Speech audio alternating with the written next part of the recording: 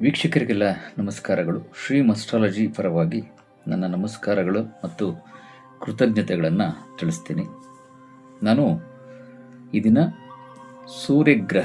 ಸೂರ್ಯಗ್ರಹದಿಂದ ನಮ್ಮ ಜೀವನದಲ್ಲಿ ಏನೇನು ಅನುಕೂಲಗಳಾಗುತ್ತೆ, ಅನಾನುಕೂಲಗಳಾಗ್ತದೆ ಅನ್ನೋದ್ರ ಬಗ್ಗೆ ತಿಳ್ಕೊಳ್ಳೋಣ. ಸೂರ್ಯಗ್ರಹ ಪಿತೃಕಾರಕ, ಅಂದರೆ ತಂದೆ ಸ್ಥಾನವನ್ನು ಸೂಚಿಸುತ್ತೆ ಸೂರ್ಯಗ್ರಹ. ಈ ನಮ್ಮ ಏನು ಪ್ರಪಂಚದಲ್ಲಿ ನಮ್ಮ ಈ ಭೂಮಿ ಮೇಲೆ ಕಣ್ಣಿಗೆ ಕಾಣ್ತಕ್ಕಂತಹ ಗ್ರಹಗಳು ಎರಡೆರಡು, ಅಂದರೆ ಅದು ಸೂರ್ಯ ಮತ್ತು ಚಂದ್ರ. ಸೂರ್ಯ ತಂದೆ ಕಾರಕ, ಪಿತೃಸ್ಥಾನವನ್ನು ತೋರಿಸ್ತಾರೆ. ಚಂದ್ರ ತಾಯಿ ಕಾರಕ, ಮಾತೃಸ್ಥಾನವನ್ನು ತೋರಿಸ್ತಾರೆ ಚಂದ್ರ. ಹಾಗಾಗಿ ಸೂರ್ಯ ಚಂದ್ರ ಗ್ರಹಗಳಿಬ್ಬರು ಕಣ್ಣಿಗೆ ಕಾಣ್ತಕ್ಕಂತಹ ದೇವರುಗಳು.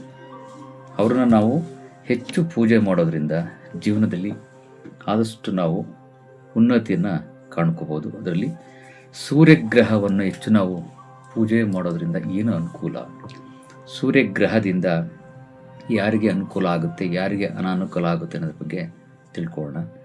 ಸೂರ್ಯಗ್ರಹ ಪಿತೃಕಾರಕ, ಪಿತಾಮಹ ಅಂತೀವಿ. ಎಲ್ಲ ಗ್ರಹಗಳಿಗೂ ಅಧಿಪತಿಯಾಗಿರ್ತಕ್ಕಂತಹ ಗ್ರಹ ಸೂರ್ಯಗ್ರಹ. ಏಕೆ ಅಂದರೆ ಸೂರ್ಯ ಗ್ರಹದಿಂದಲೇ ಎಲ್ಲ ಗ್ರಹಗಳು ಹುಟ್ಟು ಅಂತ ಹೇಳ್ತಾರೆ. ಸೂರ್ಯ ಕಣ್ಣಿಗೆ ಕಾಣ್ತಕ್ಕಂತಹ ದೇವರು. ಏಕೆಂದರೆ ಸೂರ್ಯನ ಬೆಳಕು ಈ ಭೂಮಿ ಮೇಲೆ ಬೀಳದಲ್ಲೇ ಹೋದರೆ ಎಲ್ಲ ಜೀವಿಗಳು ನಶಿಸಿ ಹೋಗ್ಬಿಡ್ತವೆ. ಹಾಗಾಗಿ ಸೂರ್ಯನ ಬೆಳಕು, ಸೂರ್ಯನ ಶಾಖ ಪ್ರತಿ ಜೀವಿಗಳಿಗೂ ಬೇಕು. ಅದೇ ರೀತಿ ನಮ್ಮ ಮಾನವ ಜೀವನದಲ್ಲಿ ಯಾರ ಜಾತಕದಲ್ಲಿ, ಅವರ ಕುಂಡಲಿಯಲ್ಲಿ ಜಾತಕದಲ್ಲಿ ಸೂರ್ಯಗ್ರಹ ಚೆನ್ನಾಗಿರುತ್ತೆ, ಅವರ ಬಾಳು ಜೀವನ ಚೆನ್ನಾಗಿರುತ್ತೆ, ಉನ್ನತ ಸ್ಥಾನವನ್ನು ಪಡ್ಕೊಂಡಿರ್ತಾರೆ. ಸೊ ಹಾಗಾದರೆ ಸೂರ್ಯ ಯಾವ ವಿಚಾರಗಳಿಗೆ ಕಾರಕ ಅನ್ನೋದು ನಾವು ತಿಳ್ಕೊಬೇಕಾಗುತ್ತೆ. ಸೂರ್ಯ ಬಂದು ಪಿತೃಕಾರಕ ಮತ್ತು ಆತ್ಮಕಾರಕ. ಅಂದರೆ ಸೂರ್ಯ ಆತ್ಮಕಾರಕ ಅಂದರೆ ಆತ್ಮವನ್ನು ಪ್ರತಿನಿಧಿಸುತ್ತೆ. ನಮ್ಮ ಪರ್ಸ್ನಾಲಿಟಿ ಡೆವಲಪ್ಮೆಂಟ್, ಅದರ ಬಗ್ಗೆ ಸೂರ್ಯಗ್ರಹವನ್ನು ಹೆಚ್ಚು ಪ್ರತಿನಿಧಿಯಾಗಿ ಕೆಲಸ ಮಾಡುತ್ತೆ. ಮತ್ತು ಸೂರ್ಯಗ್ರಹ ರಾಜ್ಯ, ಸರ್ಕಾರ ಮತ್ತು ಉನ್ನತ ಹುದ್ದೆಗಳು, ಉನ್ನತವಾಗಿರ್ತಕ್ಕಂತಹ ಸ್ಥಾನವನ್ನು ಅಲಂಕರಿಸ್ಕೊಳ್ತಕ್ಕಂಥದ್ದು, ಮತ್ತು ದೊಡ್ಡ ದೊಡ್ಡ ಸರ್ಕಾರಕ್ಕೆ ಸಂಬಂಧಪಟ್ಟಂತಹ ವಿಚಾರಗಳು, ಮತ್ತು ಭಾಳ ಆ್ಯಕ್ಟಿವ್ ಆಗಿರ್ತಾನೆ ಮನುಷ್ಯ. ಸೂರ್ಯಗ್ರಹ ಯಾರಿಗೆ ಅವನ ಜಾತಕದಲ್ಲಿ ಚೆನ್ನಾಗಿರುತ್ತೆ ಅಂತಹ ವ್ಯಕ್ತಿಗಳು ಭಾಳ ಆ್ಯಕ್ಟಿವ್ ಆಗಿರ್ತಾರೆ. ಸೂರ್ಯಗ್ರಹ ಅಂದರೆ ಸೂರ್ಯಗ್ರಹ ಯಾರಿಗೆ ಪಾಸಿಟಿವ್ ಆಗಿರುತ್ತೆ, ಸೂರ್ಯಗ್ರಹ ಯಾರ ಜಾತಕದಲ್ಲಿ ಚೆನ್ನಾಗಿರುತ್ತೆ ಅಂತಹ ವ್ಯಕ್ತಿಗಳು ಸೂರ್ಯನ ಕಾರಕತ್ವನ ಹೊಂದಿರ್ತಾರೆ. ಅಂದರೆ ಅಡ್ಮಿನ್ ರಿಲೇಟೆಡ್ ಆ್ಯಕ್ಟಿವ್ ಆಗಿರ್ತಾರೆ, ಸರ್ಕಾರದ ಉನ್ನತ ಉದ್ಯೋಗದಲ್ಲಿರ್ತಾರೆ, ಸರ್ಕಾರಿ ಕೆಲಸ ಇರುತ್ತೆ, ಉನ್ನತ ಗೌರವ ಇರುತ್ತೆ, ಸರ್ಕಾರದಿಂದ ರಾಜಮನ್ನಣೆ ಇರುತ್ತೆ, ರಾಜಕೀಯದಲ್ಲಿ ಉನ್ನತ ಸ್ಥಾನವನ್ನು ಹೊಂದಿರ್ತಾರೆ. ಅಂತಹ ವಿಚಾರಗಳನ್ನು ಸೂರ್ಯಗ್ರಹದಿಂದ ನಾವು ನೋಡಬೇಕಾಗತ್ತೆ.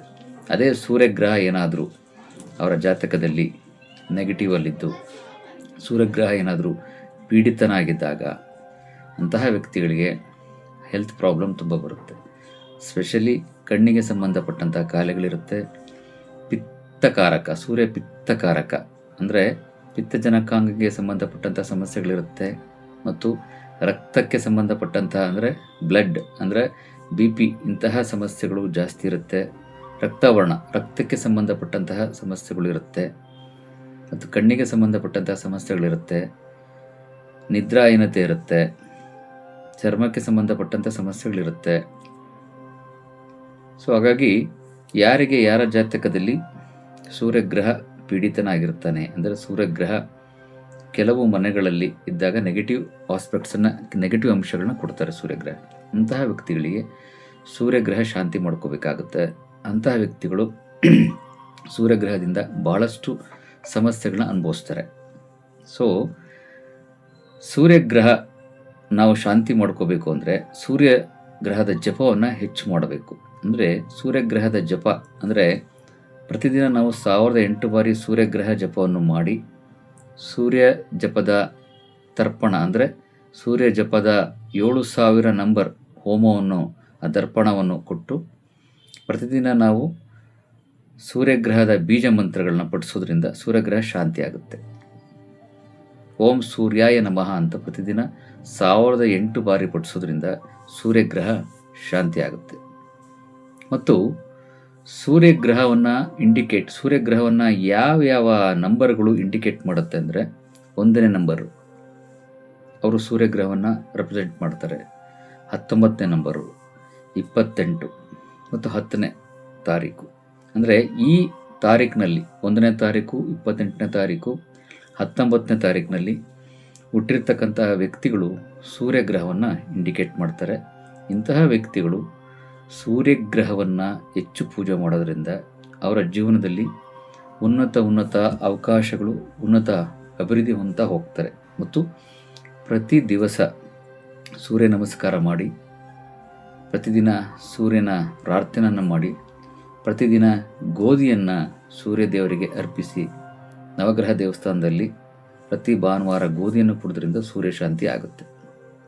ಮತ್ತು ಸೂರ್ಯ ದೇವರ ಬಗ್ಗೆ ಹೇಳಬೇಕು ಅಂದರೆ, ಸೂರ್ಯನಿಗೆ ಸಂಬಂಧಪಟ್ಟಂತಹ ಲೋಹ ತಾಮ್ರ. ತಾಮ್ರವು ಸೂರ್ಯನಿಗೆ ಸಂಬಂಧಪಟ್ಟಂತಹ ಲೋಹವಾಗಿರುತ್ತೆ. ಮತ್ತು ರತ್ನಗಳಲ್ಲಿ ಮಾಣಿಕ್ಯ ರತ್ನ, ಅಂದರೆ ಮಾಣಿಕ್ಯ ರತ್ನವನ್ನು ಯಾರು ಧರಿಸ್ತಾರೆ ಅವರಿಗೆ ಸೂರ್ಯಗ್ರಹದಿಂದ ತುಂಬ ಒಳ್ಳೆಯದಾಗುತ್ತೆ. ಮತ್ತು ಸೂರ್ಯನಿಗೆ ದೇವ ಅಗ್ನಿದೇವ. ಮತ್ತು ಅಗ್ನಿದೇವತೆಗೆ ಸೂರ್ಯನಿಗೆ ದೇವತೆ ಒಂದು ಶಿವ. ಮತ್ತು ಪ್ರತ್ಯಧಿ ದೇವತೆ ಅಂತ ಹೇಳ್ತಾರೆ, ಅವರು ಕೂಡ ಈಶ್ವರ ಆಗಿರ್ತಾರೆ. ಸೊ ಈ 3 ದೇವರುಗಳು ಅಂದರೆ ಅಗ್ನಿದೇವ ಮತ್ತು ಶಿವದೇವರನ್ನ ನಾವು ಹೆಚ್ಚು ಪೂಜೆ ಮಾಡೋದ್ರಿಂದ ಸೂರ್ಯ ಆಟೋಮೆಟಿಕ್ಕಾಗಿ ಅವರು ಶಾಂತಿ ಆಗ್ತಾರೆ.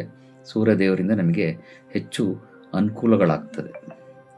ಮತ್ತು ಸೂರ್ಯ ದೇವರನ್ನು ನಾವು ಹೆಚ್ಚಾಗಿ ಪ್ರತಿನಿತ್ಯ ಬೆಳಗಿನ ಸಮಯದಲ್ಲಿ ಪೂಜಿಸೋದರಿಂದ, ಸೂರ್ಯ ಹುಟ್ಟಿದ ಸಮಯದಲ್ಲಿ ನಾವು ಸೂರ್ಯ ನಮಸ್ಕಾರವನ್ನು ಮಾಡಿ, ಸೂರ್ಯ ಜಪವನ್ನು ಮಾಡಿ, ಮತ್ತು ಸೂರ್ಯನಿಗೆ ಇಷ್ಟವಾದಂತಹ ಮಂತ್ರವನ್ನು ಪಠಿಸಿ ಗೋಧಿಯ ದಾನವನ್ನು ಕೊಡೋದ್ರಿಂದ, ಅಥವಾ ಗೋಧಿಯನ್ನು ಹಸುಗಳಿಗೆ ಕೂಡ ನಾವು ಬೆಳಗಿನ ಸಮಯ ಕೊಡೋದ್ರಿಂದ ಆಟೋಮೆಟಿಕ್ಕಾಗಿ ಸೂರ್ಯ ಶಾಂತಿ ಕೂಡ ಆಗುತ್ತೆ. ಮತ್ತು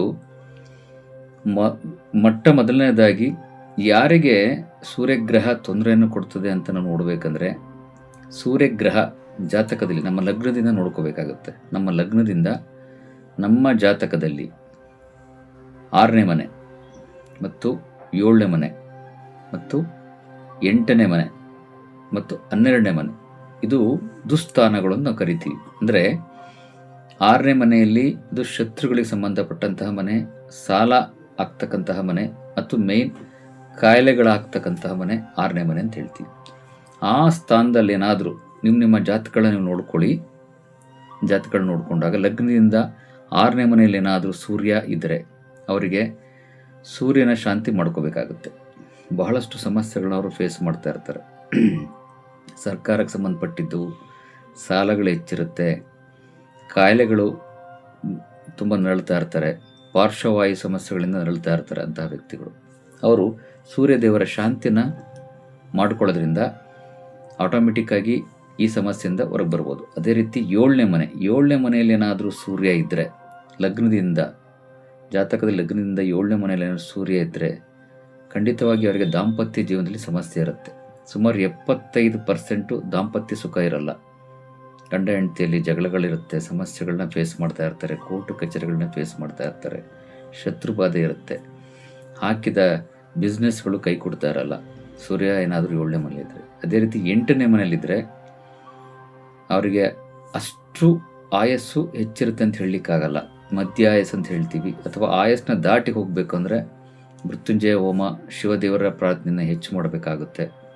ಮತ್ತು ಮೃತ್ಯುಂಜಯ ಹೋಮ ಮಾಡೋದ್ರಿಂದ ತುಂಬ ಅವರು ಆ ಸಮಸ್ಯೆಯಿಂದ ಹೊರಗೆ ಬರ್ಬೋದು 8ನೇ ಮನೆಯಲ್ಲಿದ್ದರೆ. ಮತ್ತು ಕಾಯಿಲೆಗಳು ಜಾಸ್ತಿ ಇರುತ್ತೆ. ಪಿತ್ತಜನಕಾಂಗ ಅಂದರೆ ಲಿವರಿಗೆ ಸಂಬಂಧಪಟ್ಟಂಥ ಕಾಯಿಲೆಗಳು 8ನೇ ಮನೆ ಸೂರ್ಯ ಇದ್ದರೆ ಖಂಡಿತವಾಗಿ ಅವ್ರು ಫೇಸ್ ಮಾಡ್ತಾರೆ. ಅದೇ ರೀತಿ 12ನೇ ಮನೆಯಲ್ಲಿ ಸೂರ್ಯ ಇದ್ದರೆ ಫಾರಿನ್ ಕಂಟ್ರೀಸ್ಗೆ ಹೋಗ್ತಾರೆ. ಬಟ್ ಏನು ಅಂದರೆ ಕಾಯಿಲೆಗಳಿಂದ ನರಳ್ತಾ ಇರ್ತಾರೆ, ದೇಹ ತುಂಬ ಕೃಶವಾಗಿರುತ್ತೆ, ಬಾಡಿ ಹೆಲ್ದಿಯಾಗಿರಲ್ಲ, ಕಾಯಿಲೆಗಳಿಂದ ಫೇಸ್ ಮಾಡ್ತಾ ಇರ್ತಾರೆ, ಹೆಚ್ಚು ಸಾಲಗಳು, ಮತ್ತು ದಾಂಪತ್ಯ ಜೀವನದಲ್ಲಿ ಸುಖ ಇರಲ್ಲ. ಸೊ ಹಾಗಾಗಿ ಈ ರೀತಿ ದುಸ್ಥಾನಗಳಲ್ಲಿ ಸೂರ್ಯ ಏನಾದರೂ ಇದ್ದಾಗ 6ನೇ ಮನೆ, 7ನೇ ಮನೆ, 8ನೇ ಮನೆ, 12ನೇ ಮನೆಯಲ್ಲಿದ್ದಾಗ ಅವರು ಪ್ರತಿನಿತ್ಯ ಸ್ನಾನ ಮಾಡಿ ಸೂರ್ಯ ನಮಸ್ಕಾರ, ಸೂರ್ಯನ ಜಪ ಅಥವಾ ಸೂರ್ಯನ ಸ್ತೋತ್ರ, ಆದಿತ್ಯ ಸ್ತೋತ್ರವನ್ನು ಹೇಳೋದ್ರಿಂದ ಮತ್ತು ಸೂರ್ಯದ ಜಪ ಓಂ ಸೂರ್ಯಾಯ ನಮಃ ಅಂತ ಹೇಳೋದ್ರಿಂದ ಪ್ರತಿದಿನ ಸೂರ್ಯದೇವರ ನಮಸ್ಕಾರ ಮತ್ತು ಸೂರ್ಯದೇವರಿಗೆ ಪ್ರತ್ಯಧಿ ದೇವತೆ, ಅಭಿಮಾನಿ ದೇವತೆ ಆಗಿರ್ತಕ್ಕಂತಹ ಈಶ್ವರ ದೇವರನ್ನು ಅಭಿಷೇಕ ಮಾಡಿ ಪ್ರತಿ ಭಾನುವಾರ, ಪ್ರತಿ ಸೋಮವಾರ ಈಶ್ವರ ದೇವರನ್ನ ಹೆಚ್ಚು ಪೂಜೆ ಮಾಡೋದ್ರಿಂದ ಅವರು ಈ ಸಮಸ್ಯೆಯಿಂದ ಹೊರಗೆ ಬರ್ಬೋದು. ಹಾಗಾಗಿ ಸೂರ್ಯ ದೇವ ಮೇಯ್ನ್ ಎಲ್ಲರ ಜಾತಕದಲ್ಲಿ ಸೂರ್ಯ ಗ್ರಹ ಚೆನ್ನಾಗಿದ್ದರೆ ಖಂಡಿತವಾಗಿಯೂ ಅವರಿಗೆ ಒಳ್ಳೆಯ ಅನುಕೂಲಗಳನ್ನು ಕೊಡ್ತಾನೆ. ಅವರವರ ನಿಮ್ಮ ಜಾತಕಗಳನ್ನು ನೋಡಿಕೊಂಡ್ರೆ ಗೊತ್ತಾಗುತ್ತೆ. ಸೂರ್ಯಗ್ರಹ ಏನಾದರೂ ಪಾಪಗ್ರಹಗಳ ಜೊತೆಲಿದ್ದು ಪಾಪಗ್ರಹಗಳ ದೃಷ್ಟಿಗೆ ಒಳಗಾಗಿ ಅಥವಾ ನಾನು ಹೇಳಿದ ಹಾಗೆ ದುಸ್ಥಾನಗಳು ಅಂತಹ 6, 7ನೇ ಮನೆ, 8ನೇ ಮನೆ, 12ನೇ ಮನೆಯಲ್ಲಿ ಏನಾದರೂ ಸೂರ್ಯಗ್ರಹ ಇದ್ದರೆ ಅಂಥವರು ಖಂಡಿತವಾಗಿಯೂ ಸೂರ್ಯ ಜಪ, ಸೂರ್ಯ ಶಾಂತಿ, ಸೂರ್ಯ ನವಗ್ರಹ ಹೋಮವನ್ನು ಮಾಡಿಸ್ಕೊಳ್ಳೋದ್ರಿಂದ ಖಂಡಿತವಾಗಿಯೂ ಅವರಿಗೆ ಒಳ್ಳೆಯದಾಗುತ್ತೆ. ಎಲ್ಲರೂ ಅವರವರ ಜಾತಕಗಳನ್ನು ಚೆಕ್ ಮಾಡಿಕೊಂಡು ನೋಡಿಕೊಂಡ್ರೆ ತುಂಬ ಒಳ್ಳೆಯದಾಗುತ್ತೆ. ಒಳ್ಳೆಯದಾಗಲಿ. ನಮಸ್ಕಾರ.